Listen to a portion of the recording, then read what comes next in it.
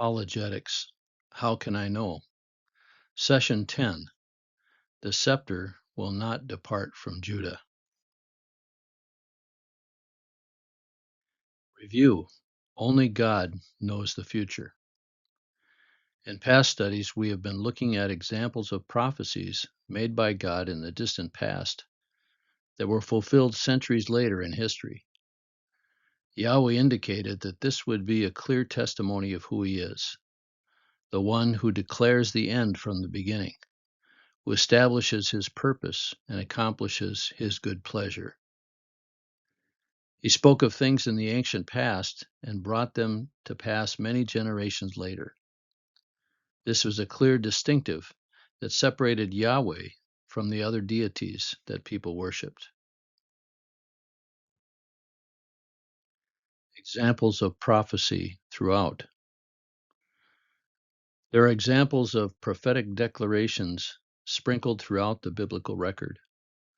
They are a key part of the story of God's interaction with people. While many of them are short-term promises, which were fulfilled within that person's lifespan, some of them were declarations that were not fulfilled until centuries later, some over thousands of years. These extended examples can be used to support the unusual nature of the biblical writings. Four examples from the Pentateuch. We have looked at four examples of this from the Pentateuch. First, the promise of the seed of the woman, which would crush the head of the serpent, in Genesis 3:15. Second, the call and promised blessing offered to Abram, in Genesis 12:1-3. Third, the promise to give the land of Canaan to Abraham's descendants, Genesis 12:7. And fourth, the warnings of their exile because of disobedience and the promise of future restoration to the land for the Israelites, in Leviticus 26 and Deuteronomy 27-30. We know that the Pentateuch was written by 1400 BC, so these prophecies were fulfilled over centuries.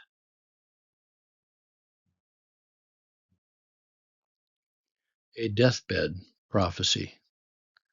In Genesis 49, Jacob spoke a prophetic word over each of his sons as he lay upon his deathbed. When he came to his son Judah, he said, "Your brothers shall praise you. Your hand shall be on the neck of your enemies. Your father's sons shall bow down to you. Judah is a lion's whelp. From the prey, my son, you have gone up. He couches, he lies down as a lion, and as a lion, who dares rouse him up? The scepter shall not depart from Judah, nor the ruler's staff from between his feet, until Shiloh comes, or until he comes to whom it belongs. And to him shall be the obedience of the peoples."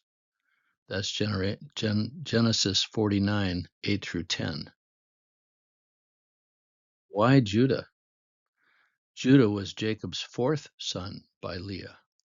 Initially, you would not expect a fourth son to become a tribal leader, much less a king.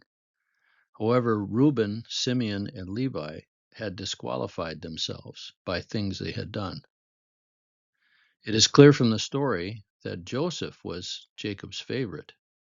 He received the inheritance that belonged to the firstborn, a double portion. Furthermore, Joseph was the Pharaoh's highest official, second only to him. You would expect that this great status would be reflected down through the generations, but it was not.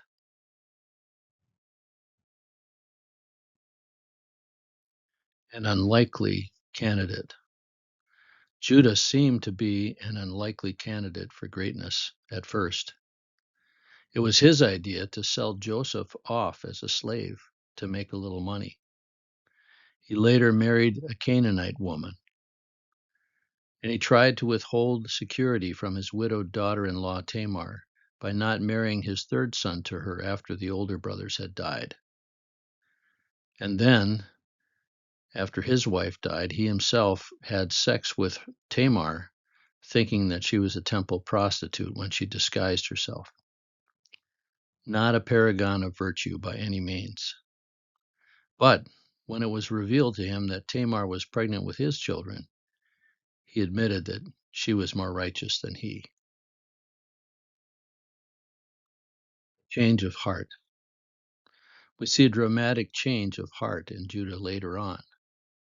Joseph, as Pharaoh's administrator, had insisted that they could not purchase grain again unless they brought their younger brother Benjamin with them.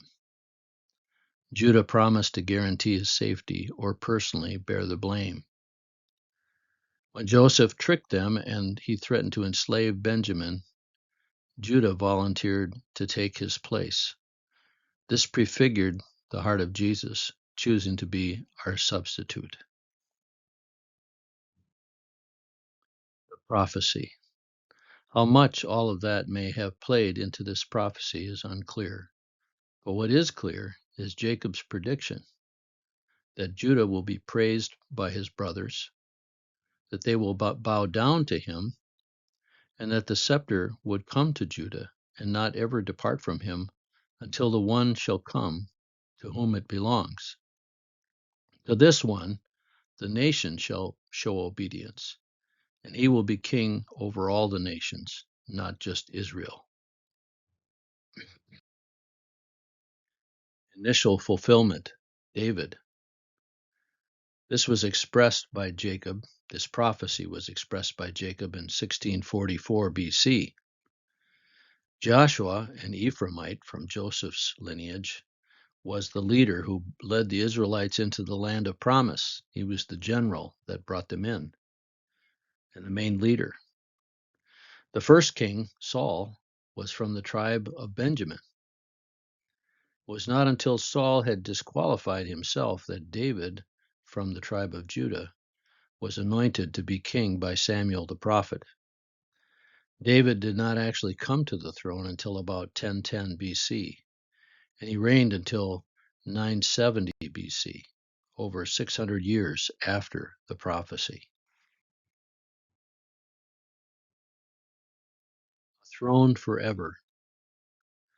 David was from the tribe of Judah, an initial fulfillment of Jacob's prophecy from Genesis 49.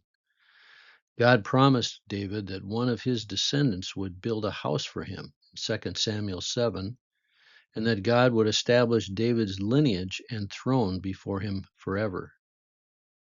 Remember that Jacob had said the scepter would never depart from him. These promises were unconditional. God would do it. Was Solomon the fulfillment?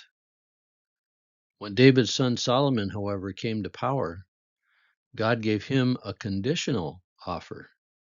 He told him that if he remained faithful, God would make his throne to be established forever.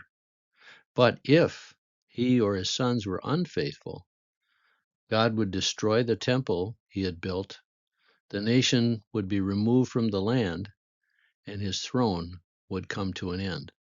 That's from 1 Kings 9, 4-9.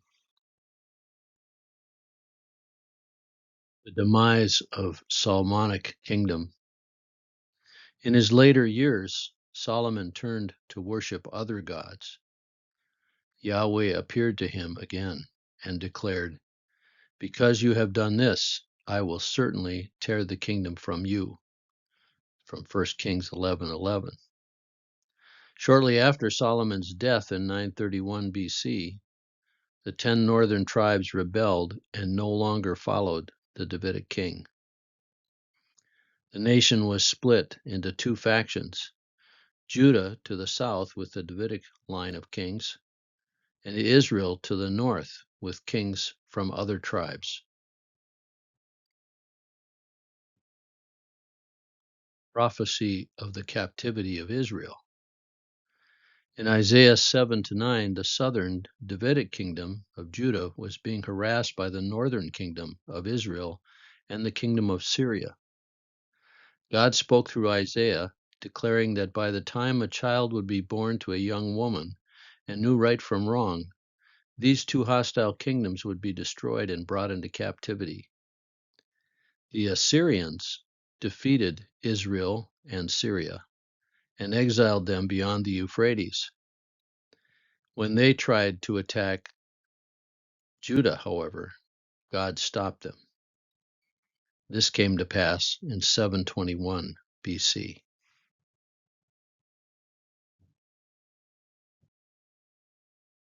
Isaiah prophesied of a Davidic king.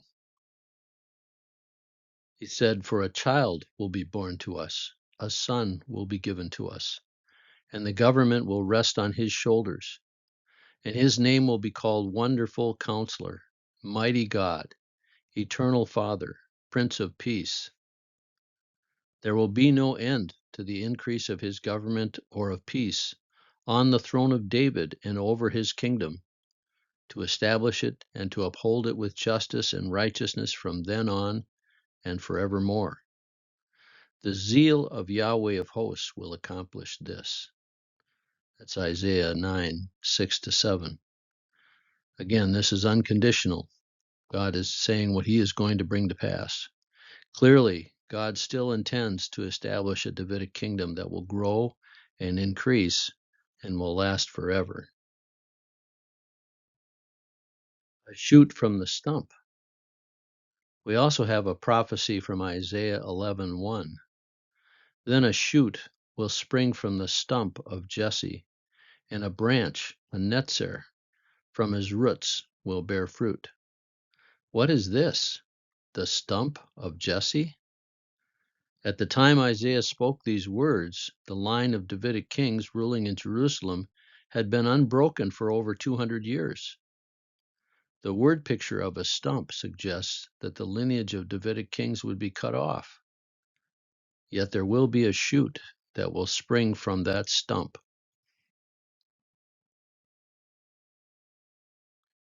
Continuing on in that prophecy from Isaiah 11, Isaiah speaks of a spirit-empowered king. The spirit of Yahweh will rest on him, the spirit of wisdom and understanding, the spirit of counsel and strength, the spirit of knowledge and the fear of Yahweh. And he will delight in the fear of Yahweh, and he will not judge by what his eyes see, nor make a decision by what his ears hear. But with righteousness he will judge the poor. He will decide with fairness for the afflicted of the earth.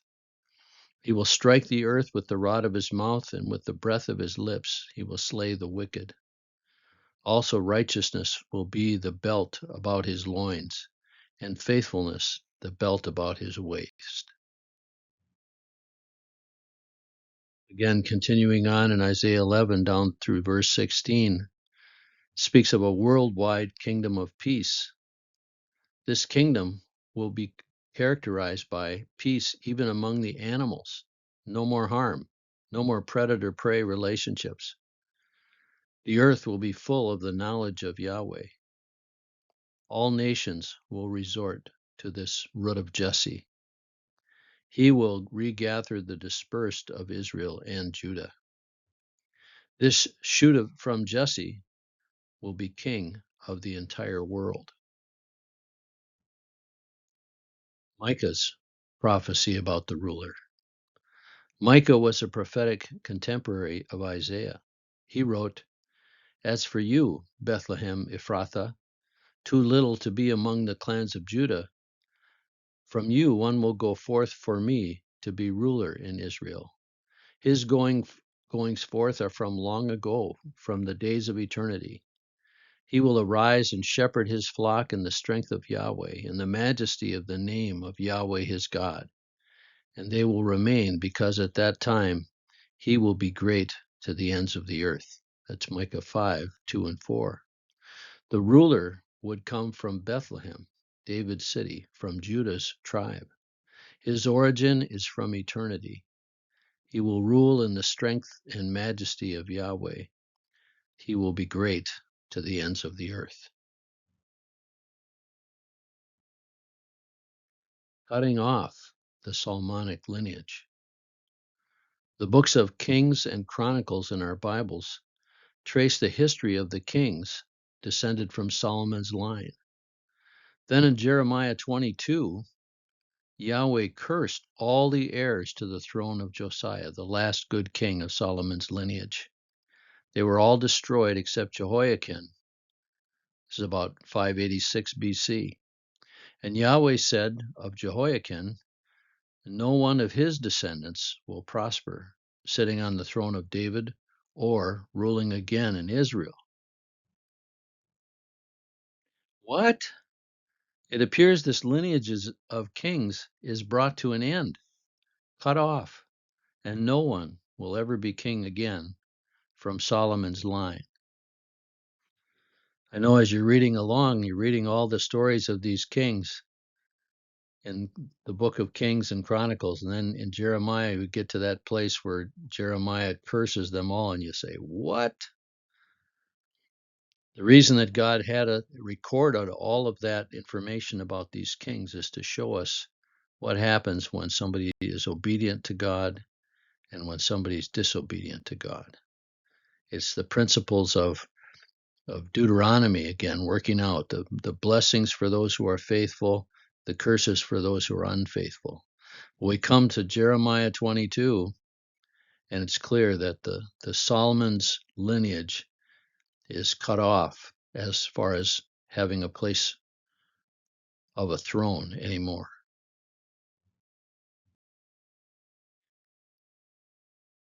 Ezekiel's prophecy against the prince.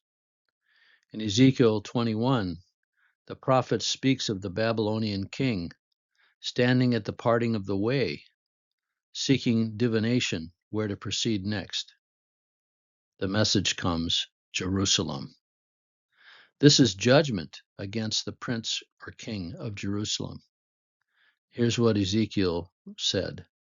And you, O profane wicked one, Prince of Israel, whose day has come, the time of your final punishment, thus says the Lord Yahweh, remove the turban and take off the crown. Things shall not remain as they are. Exalt that which is low and bring low that which is exalted. A ruin, ruin, ruin, I will make it.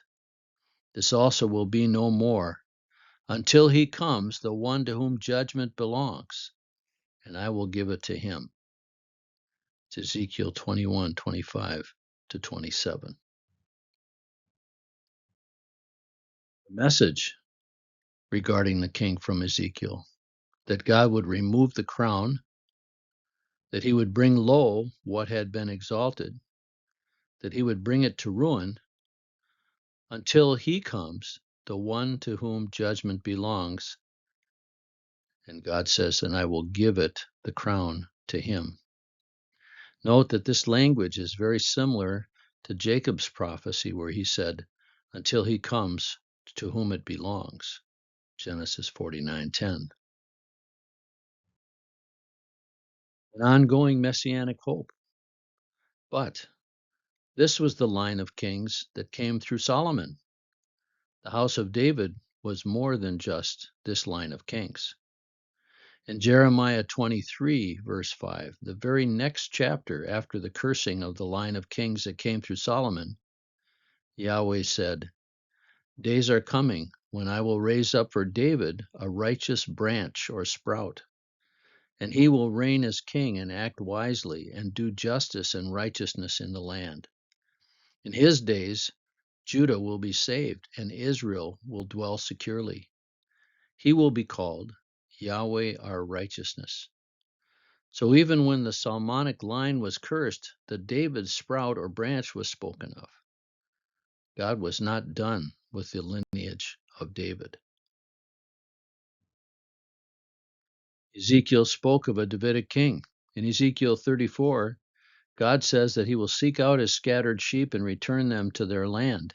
He would install David over them as a good shepherd to care for them. In chapter 37, after describing the gathering together of the dry bones and their coming to life, God says that he will appoint David over them as king and shepherd.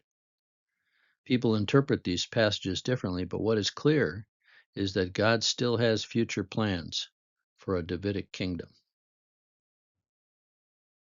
Daniel's prophecies. In Daniel 7:13 and 14, Daniel saw one like a son of man coming, and to him was given dominion, glory, and a kingdom, that all peoples, nations, and languages might serve him. His dominion is an everlasting dominion, and his kingdom one that will never be destroyed. This language is similar to what God had spoken to David. In chapter 9:25 and 26, the angel Gabriel told Daniel that Messiah the Prince would come 483 years after a decree to restore and rebuild Jerusalem. The Messiah would come, but he would be cut off. Artaxerxes I gave this decree in 457 BC, according to Ezra 7:11 to 26, meaning that the Messiah would show up in 26 AD and would be cut off. And of course, Jesus' ministry began in 26 AD. Zechariah's prophecies. The prophet Zechariah was told by God to collect silver and gold and make a crown to place on the head of the high priest, Joshua, the son of Jehozadak. He was to proclaim, "Behold the man whose name is Branch. From underneath he will sprout up, and he will rebuild the temple of Yahweh." That's Zechariah 6:12, about 520 BC. Somehow the high priest was going to receive the ruler's crown, and he will do what the seed of David would do, build a house for Yahweh. What was the name of this branch?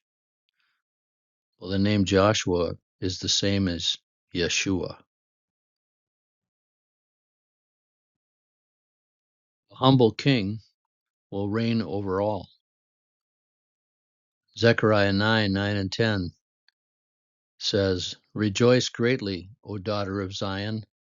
Shout in triumph, O daughter of Jerusalem. Behold, your king is coming to you. He is just and endowed with salvation, humble and mounted on a donkey, even on a colt, the foal of a donkey. And he will speak peace to the nations, and his dominion will be from sea to sea, and from the river to the ends of the earth." Clearly, there remained a hope and a promise of a Davidic king whose kingdom would not end and whose kingdom would extend to the ends of the earth, and it will be a kingdom of peace. A Davidic king, but not from Solomon. God made an unconditional promise to David that he would have an enduring house, an everlasting kingdom, and that his descendant would build a house for Yahweh. God made a conditional promise to Solomon. If he was faithful, God would extend the blessing of David to him. Solomon, however, was unfaithful. So God tore the kingdom from his son. And as he had said, his kingdom was demolished. Jerusalem was captured, and the temple that he built was destroyed, and his lineage was cursed. There would be no king from his descendants after the lineage was cursed and removed. Well, there were some historical sidetracks to the promise. Since the demise of the Solomonic line of kings in 586 BC, there have been no other lasting kings that have risen over the Jews. God still spoke of fulfilling his promise to David, and the people were looking for a Messiah, a Davidic king, to arise. After the Maccabean rebels defeated the Seleucids in 167 BC, a kingdom ruled by Jewish high priests emerged. The first rulers declined to refer to themselves as kings, but by 104 BC they began to claim this title. Their legitimacy was always questioned because people were looking for a Davidic kingdom, and they were from the tribe of Levi. This Hasmonean dynasty, as they were called, was overthrown by Rome in 37 BC, and Rome installed Herod the Great as their king of the Jews. Jesus fulfills the Davidic prophecies. Jesus fulfilled the Judah prophecy and the promises to David. He's descended from David, but through a different son. Mary was descended from Nathan, a brother of Solomon, according to Luke 3:31. He would be known as Yeshua, the name of the branch, which means Yahweh's salvation. And he is the son of the heavenly Jehozadak, which means Yahweh justifies. He would save his people from their sins. He would be called the Nazarene, which means sprout. Hidden in plain sight, Yahweh's salvation, the sprout. Jesus of Nazareth would be Yahweh's salvation, the sprout. He was openly called the king, first by an auspicious delegation of foreigners from the east, who had come to worship him, saying, "Where is he who has been born King of the Jews?" Matthew 2:2. Then by the Jewish crowd as Jesus entered Jerusalem on Palm Sunday, "Blessed is he who comes in the name of the Lord, even the King of Israel." John 12:13. And by the Roman authorities, who posted the title above his head, "Jesus the Nazarene, the King of the Jews," on his cross in John 19:19. He has overcome and will reign. The Lion that is from the tribe of Judah, the root of David, has overcome. Worthy are you to take the book and to break its seals, for you were slain and purchased for God with your blood men from every tribe and tongue and people and nation. You have made them to be a kingdom and priests to our God, and they will reign upon the earth. That's Revelations 5. From the first book, Genesis, to the last book, Revelation, we see the declaration and fulfillment of the prophecy of Jacob concerning Judah and the promise to David. In the end, the scepter will remain with Judah because the root or sprout of David has overcome, and we will reign with him forever.